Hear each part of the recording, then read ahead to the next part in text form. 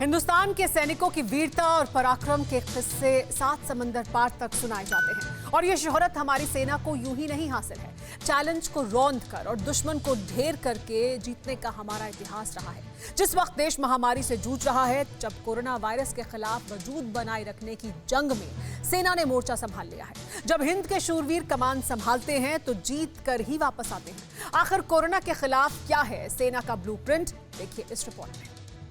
जब जमीन डोलती, इमारतें धराशायी हो जाती, मलबों के बीच जिंदगी उखड़ी उखड़ी सांस लेती, तो फरिश्ता बनकर सेना आती। जब आसमान से बारिश की बूंदें सैलाब का मंजर परोसती, तो जल प्रलय के बीच फंसी आबादी को बचाने देवदूत बनकर आते सोल्जर। आपदा कोई भी, संकट कैसा भी, चुनौती चाहे मनचाहे स्वरूप में आए, हिंदुस्तानी सैनिक जब मोर्चा संभालते तो जीत हिंदुस्तान की ही होती। कोरोना ने दूसरी लहर के जरिए अपनी ताकत का जो प्रमाण दिया, उससे यह जाहिर हो गया कि वायरस के खिलाफ भारत को सबसे बड़े लेवल पर वॉर छेड़नी होगी और ये काम भारतीय सेना के अलावा और कौन कर सकता। देश की आबादी को निवाला बना रहे वायरस के खिलाफ अब इंडियन सोल्जर्स ने मोर्चा संभाल लिया। महामारी के खिलाफ सेना का एक्शन प्लान इतना जबरदस्त कि वायरस को हार माननी ही पड़ेगी। सबसे पहले बात एयरफोर्स के मिशन ऑक्सीजन की। इस देश में प्राणवायु ऑक्सीजन की किल्लत कितनी, इसकी हकीकत टीवी9 भारतवर्ष पर आप कई दिनों से देख रहे हैं। ऑक्सीजन की किल्लत को दूर करने के लिए इंडियन एयरफोर्स अपने C-17 और IL-76 विमान के जरिए पूरे देश में ऑक्सीजन के टैंकर सप्लाई करने में जुट गई।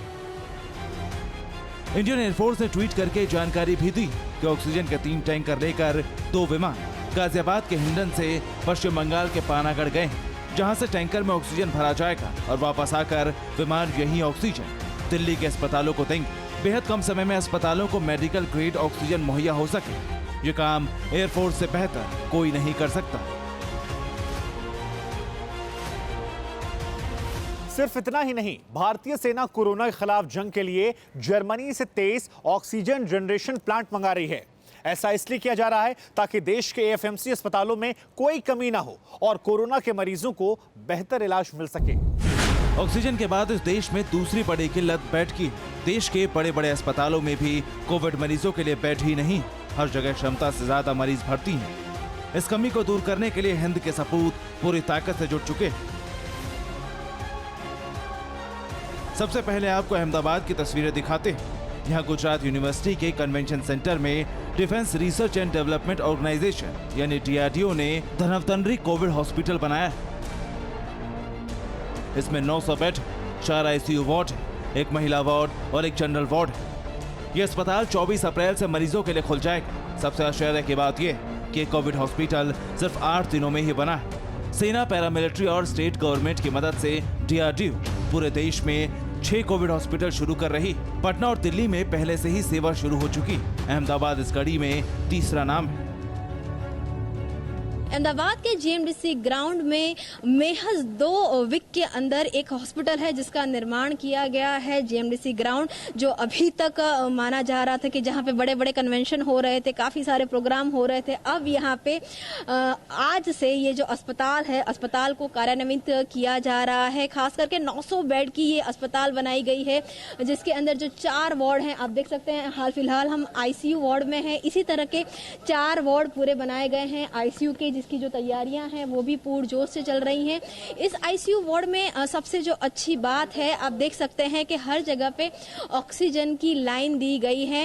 हाल फिलहाल ये देखा जा रहा है दूसरे स्ट्रेन के अंदर के सबसे ज्यादा जो मरीज हैं उनको ऑक्सीजन की किल्लत आ रही है और ऑक्सीजन ना मिलने की वजह से जो मृत्यु आंक बढ़ रहा है। तो इस हॉस्पिटल में इस तरह की सुविधा की गई है कि हर बेड पे वो ICU बेड है या तो वो जनरल बेड है, वो हर जगह पे ऑक्सीजन हर बेड पे मिल रहा है।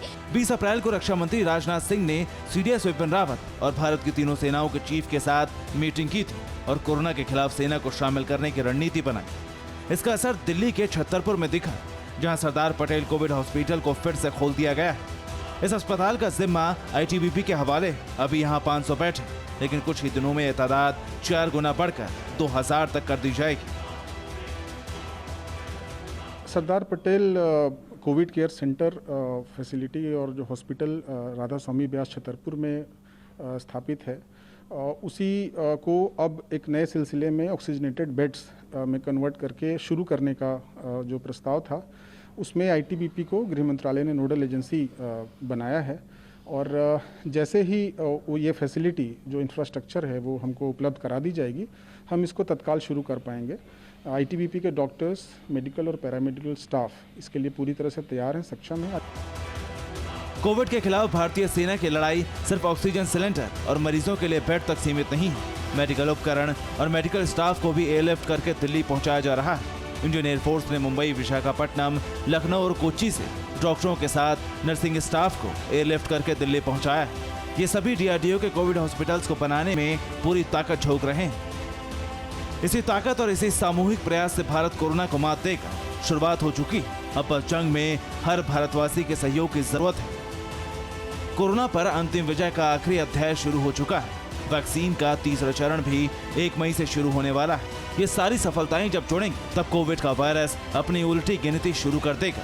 लेकिन तब तक वायरस को हमें पूरी गंभीरता से लेना होगा। Bureau report, TV9 Bharatvarsh. परवाह देश की, सोमवार से शुक्रवार रात 10 बजे TV9 भारतवर्ष पर।